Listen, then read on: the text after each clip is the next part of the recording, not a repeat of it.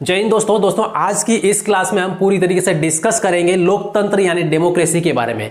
What is democracy, democracy है क्या, और यहाँ पर जो लोकतंत्र है जिसे हम हिंदी में कहते हैं, ये लोकतंत्र क्या होता है। बहुत सारे लोग ऐसे हैं जो इस बात को नहीं समझ पाते हैं, लेकिन ऐसे स्टूडेंट जो पढ़ाई करते हैं, किसी न किसी कॉम्पिटिटिव एग्जाम की तैयारी करते हैं, या फिर पीएससी या फिर यूपीएससी या अदर स्टेट की पीसीएस के बारे में पढ़ते हैं, तो वो सबसे पहले पढ़ते हैं जब संविधान, तो उसमें प्रस्तावना से स्टार्ट करते हैं। ठीक है, और प्रस्तावना स्कूल की किताबों में भी दिया हुआ है, लेकिन किसी को यहां पर ध्यान वहां पर जाता नहीं है कि वो प्रस्तावना वास्तव में कहती क्या है।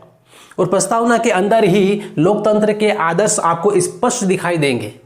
और एक ऐसा यूट्यूबर जिसने लोकतंत्र के बारे में पूरा डिटेल में एक स्टिंग ऑपरेशन किया, मतलब पूरी तरीके से डिटेल में बताया लोगों को कि आज के टाइम में फिलहाल वर्तमान समय में लोकतंत्र को किस तरीके से समाप्त किया जा रहा है, लोकतंत्र धीरे धीरे कैसे खत्म हो रहा है। ठीक है, लोकतंत्र की किस तरीके से हत्या हो रही है, ये यहां पर किसने कहा था, ध्रुव राठी ने पूरा एक वीडियो बनाया है। और इनके इस वीडियो पर बहुत सारे लाखों में कमेंट आ रहे हैं, लाखों लोग ऐसे हैं जो इसको अप्रिशिएट कर रहे हैं, बहुत उनको सपोर्ट भी कर रहे हैं, और बहुत सारे ऐसे लोग भी हैं जो किसी न किसी सरकार के सपोर्टर है या सरकार के प्रति एकदम पूरी तरीके से दृढ़ विश्वास रखते हैं, अंधविश्वास रखते हैं, जिनको यहां पर यह भी नहीं दिखता कि क्या गलत है क्या सही है। ठीक है, तो वो उनको उल्टा सीधी भी कमेंट कर रहे हैं। तो अब यहां पर देख सकते हैं कि इन्होंने यहां पे ऐसा क्यों बोला, कि वास्तव में इन्होंने जो बोला वो सही है या गलत है लोकतंत्र को लेकर। ठीक है, तो चलिए यहां पर सबसे पहले हम स्टार्ट करेंगे कि लोकतंत्र होता क्या है, डेमोक्रेसी होता क्या है, क्योंकि हमारे इस कॉम्पिटिटिव एग्जाम के लिए मोस्ट इंपोर्टेंट टॉपिक होता है और संविधान का स्टार्टिंग यहां से होता है। ठीक है, चलिए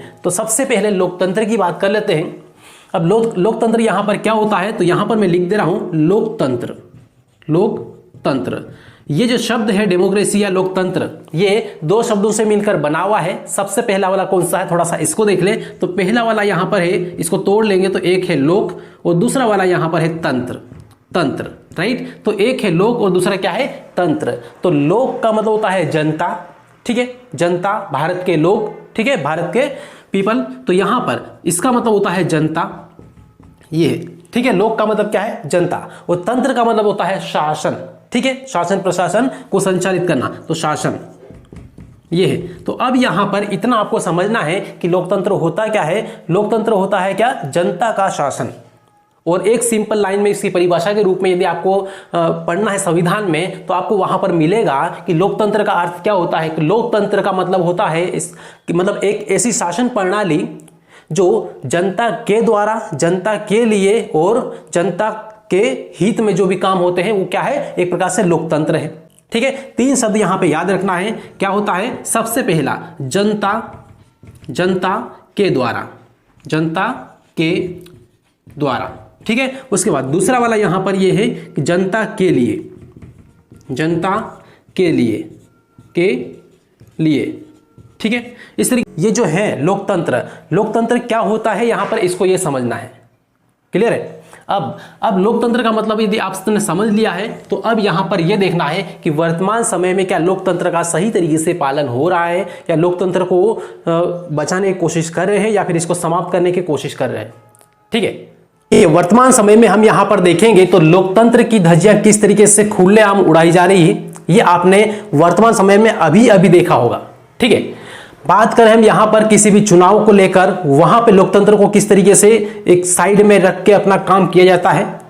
अब वो यहां पर देखें तो चंडीगढ़ का जो चुनाव हुआ था, मेयर का चुनाव, इसमें कई पार्टियां यहां पर सम्मिलित हुई थी। ठीक है, बीजेपी भी है, कांग्रेस भी है और आम आदमी पार्टी भी है। तो बीजेपी, कांग्रेस और आम आदमी पार्टी, तो इनके बीच में खास टक्कर यहां पर थी। तो जो अधिकारी चुनाव में के लिए यहां पर चुनाव प्रणाली को संचालित कर रहे थे, वो एक प्रकार से एजेंट के रूप में कर रहे थे काम।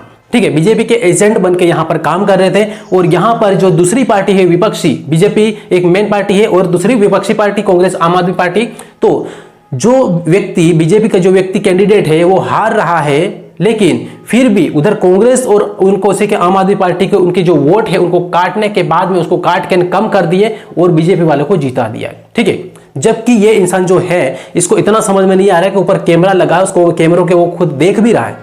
ठीक है, जो अधिकारी है वो खुद भी उस कैमरे को देख रहा है, तो उसको इतनी तो यहां पे अक्ल होगी कि यार पकड़े जाएंगे बाद में। और जब यहां पर ये कांड हुआ और आम आदमी पार्टी को लगा कि हाँ यहां पे घोटाला हुआ है, जबरदस्ती हमको हराया गया है, तो फिर उन्होंने सुप्रीम कोर्ट की शरण ली। सुप्रीम कोर्ट का दरवाजा खटखटाया और वहां पे जाके ना जब उनको पूरी छानबीन हुई, ठीक है, और वहां पर जो चीफ जस्टिस ऑफ इंडिया है, सीजेआई है, ठीक है, DY चंद्रचूड़, उन्होंने पूरा एक्शन लिया और उसके बाद में जब छानबीन की तो मालूम पड़ा कि हाँ वास्तव में यहाँ पे बोर्ड काटे गए थे और उस अधिकारी को बोर्ड वहां पे सुप्रीम कोर्ट में बुलाया तो वही मुंडी लटका के अंदर गए, ठीक है। मीडिया वालों ने कुछ भी पूछा तो जवाब नहीं दिया। तो इस तरीके से यहाँ पे ये क्या है, यही है क्या है, लोकतंत्र की हत्या है, ठीक है। लोकतंत्र को एक प्रकार से ताक पर रख के अपना काम करना, ठीक है। तो विधानसभा के चुनाव हुए तो उसमें आपने बहुत सारी ऐसी न्यूज ये सुनी है, तो वो न्यूज में क्या सुनाई दिया आपको या फिर क्या पढ़ा, बहुत सारे पेपर में सुना भी है, टीवी में देखा भी है, मोबाइल में यूट्यूब पर भी देखा है, ठीक है। तो वहां पर आपने ये देखा होगा कि बहुत सारे मतलब ये नेता की गाड़ी में इतनी ईवीएम मिली, उस नेता की गाड़ी में उतनी ईवीएम मिली, मतलब ईवीएम की सीधी सीधी चोरी हो जा रही, या ईवीएम मान लो है भी तो उसका कंट्रोल किसी के हाथ में है, किसी और के हाथ में है। तो ये सारा जो मामला है ये इस लोकतंत्र को खत्म करता है, ठीक है, मतलब यहां पर इसको शून्य कर देता है। तो इस तरीके से यहां पर लोकतंत्र को जब खत्म किया जाता है तो एक प्रकार से सीधे सीधे जनता के साथ में क्या होता है, धोखा होता है, धोखा, ठीक है, किसके साथ में, जनता के साथ में, और यहां पर इस संविधान को साइड में रख देते हैं। तो इस प्रकार से हम कह सकते हैं कि संविधान में क्या है, लोकतंत्र का उल्लंघन है। क्लियर है। अब यही कारण है कि ध्रुव राठी ने इनका पूरा ऑपरेशन कर दिया, एक एक मुद्दे को सामने लाके रख दिया, ठीक है, नए पुराने सब कुछ। और ऐसा नहीं केवल इंडिया का, दूसरे देश के जहां पर लोकतांत्रिक व्यवस्था है उनको भी कनेक्ट करके पूरा बता दिया, राइट। और यही कारण है कि ध्रुव राठी को बहुत ज्यादा मात्रा में ट्रोल किया गया और बहुत सारे लोग उनको सपोर्ट में भी है, बहुत सारे विरोध में भी, ठीक। तो इस तरीके से यहां पे ये देखेंगे। और इसके बाद में अब यहां पर देखें तो मतलब कल के दिन, ठीक है, कल के दिन जो मतलब 28 फरवरी को, ठीक है, तो 28 फरवरी को भोपाल में एक बहुत बड़ा महा आंदोलन होने जा रहा है। क्यों? क्योंकि वहां पर जितने भी स्टूडेंट उतरेंगे वो भी लोकतंत्र को बचाने के लिए और अपने अधिकार को मांगने के लिए उतरेंगे। क्लियर है। वहां पर भी मतलब एमपी में भी पूरी तरीके से लोकतंत्र की तरीके से इसकी उल्लंघन कर रहे हैं। कैसे? तो पुरान मानसिक शिवराज मेहमत है उस टाइम जितने भी घोटाले हुए, बहुत सारे घोटाले हुए, वो जब नए मुख्यमंत्री बने, ठीक है, नए मुख्यमंत्री बने तो लोगों को ये उम्मीद थी, स्टूडेंट्स को ये उम्मीद थी कि ये जो व्यक्ति बने हैं मुख्यमंत्री, ये पुराना वाला जो भ्रष्टाचार का जो ठीकरा है वो अपने सिर पे तो नहीं रखेंगे, राइट। ये उम्मीद थी पूरी। और बाकी जितने भी घोटाले हैं ये इनको सबको उजागर करेंगे या फिर इनको साइड में कर देंगे, हटा देंगे और नए सिरे से अपनी शासन प्रणाली को एकदम साफ सुथरे तरीके से वो संचालित करेंगे। लेकिन पता चला कि जो ठीकरा था पुराना वाला भ्रष्टाचार वाला उन्होंने अपने सिर पे भी रख लिया, ठीक है, और उसी पे आगे बढ़ रहे हैं। पटवारी में जो घोटाला हुआ है, आयोग ने जो रिपोर्ट दी है उस रिपोर्ट को सार्वजनिक नहीं की और फिर ये बोल दिया, क्लीन चिट दे दी कि यहाँ पे कोई घोटाला नहीं हुआ और नियुक्तियां देना चालू कर दी। लेकिन जो एक ऐसा इंसान होगा जो अनपढ़ भी होगा और इसके बारे में सुना होगा पटवारी भर्ती के बारे में, प्रोसेस के बारे में, तो वही बोल देगा ये यहाँ पर घोटाला हुआ है, ठीक है। और सुनने में ये आया कि बहुत सारे स्टूडेंट ऐसे हैं जो नियुक्ति के लिए अपना डॉक्यूमेंट वेरिफिकेशन के लिए जा ही नहीं रहे। क्यों? क्योंकि उनको पता है कि घोटाला किया है तो पकड़े जाएंगे तो कोई मतलब ही नहीं है, तो जाओ मत उससे अच्छा, ठीक है। तो इस तरीके से यहाँ पे ये है। तो और उसके बदले हम उल्टा उसके विपरीत देखें तो यूपी में भी वहां पर बीजेपी की ही सरकार है, लेकिन वहां पर 2 दिन के अंदर जो भी घोटाला हुआ, जो पेपर लीक हुआ, उसको सुधार करके ये बोल दिया गया कि अब ये पूरी एग्जाम रद्द होती है और 6 महीने के बाद में फिर से एग्जाम ली जाएगी। इस तरीके से मान लो कोई काम होता है तो एक जो जनता है, ठीक है, स्टूडेंट है या फिर जो भी आम जनता है, उन सभी का एक विश्वास जो रहता है ना वो मुख्यमंत्री के ऊपर बना रहता है। लेकिन यहाँ पर ऐसा कुछ भी आपको दिखाई नहीं देगा, राइट। तो ये है पूरा मामला और इसी कारण से, इसी डेमोक्रेसी के बारे में पूरा सिस्टमेटिक बताने की वजह से ध्रुव राठी को पूरा ट्रोल किया गया।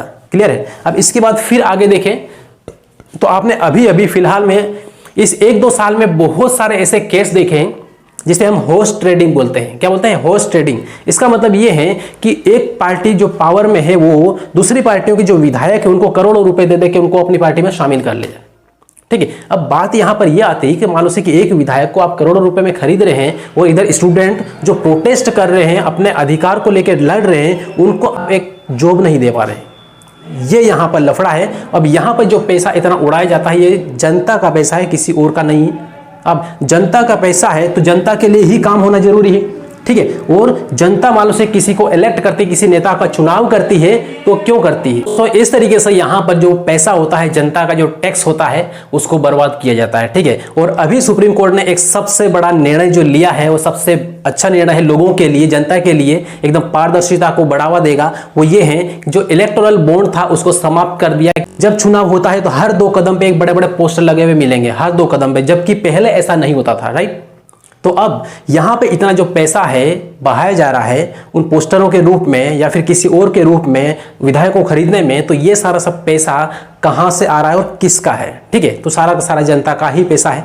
और इलेक्टोरल बॉन्ड के थ्रू यदि कोई पार्टी को पैसा मिलता है तो उसको पता भी नहीं चलता है कि ये जो पैसा आया ये कहां से आया है, इस व्यक्ति के पास पैसा इतना है तो ये कहां से आया, ठीक है। उसमें कोई टैक्स भी नहीं लगता है, क्लियर है। वर्तमान समय की हम बात करें तो किसान आंदोलन बोलो या फिर स्टूडेंट का आंदोलन बोलो, ठीक है, किसान आंदोलन या फिर स्टूडेंट को आंदोलन, किसान को एमएसपी नहीं देंगे सही तरीके से सिस्टमेटिक, और इधर जो स्टूडेंट जो प्रोटेस्ट कर रहे हैं उनको लाठियों के सिवाय और कुछ मिलने वाला नहीं है, ठीक है। लेकिन स्टूडेंट भी अपने हक के लिए जब लड़ेंगे और लड़ेंगे तो फिर वहां पर उनको मजबूरी में देना ही पड़ेगा और मानना ही पड़ेगा, राइट। तो इस तरीके से यहां पे पटवारी को लेकर इतना बड़ा प्रोटेस्ट होने वाला है कल यानी 28 फरवरी को, राइट। तो सारे के सारे जितने भी स्टूडेंट्स हैं सभी इसमें पार्टिसिपेट करेंगे, सभी आंदोलन करेंगे और जनता को, जो सरकार है, सरकार को कम से कम ये समझाएंगे कि लोकतंत्र भी है, उस लोकतंत्र के अनुसार ही काम करें तो आप टिके रहेंगे लंबे समय तक। अदरवाइज स्टूडेंट है जो डिसीजन लेने में फास्ट होते हैं, ठीक है। युवा है इंडिया का, ये आज के टाइम का पढ़ा लिखा युवा है, संविधान को पहचानने वाला, जानने वाला युवा है, राइट। तो दोस्तों यहाँ पर ये जो वीडियो है बस यहाँ तक ही, और बाकी इस वीडियो को जितना ज़्यादा हो सके आपको शेयर करना है, और नए हो चैनल को सब्सक्राइब कर लेना है, बेल आइकन जरूर दबा लेना है, और फिर मिलेंगे अगली क्लास में। जय हिंद।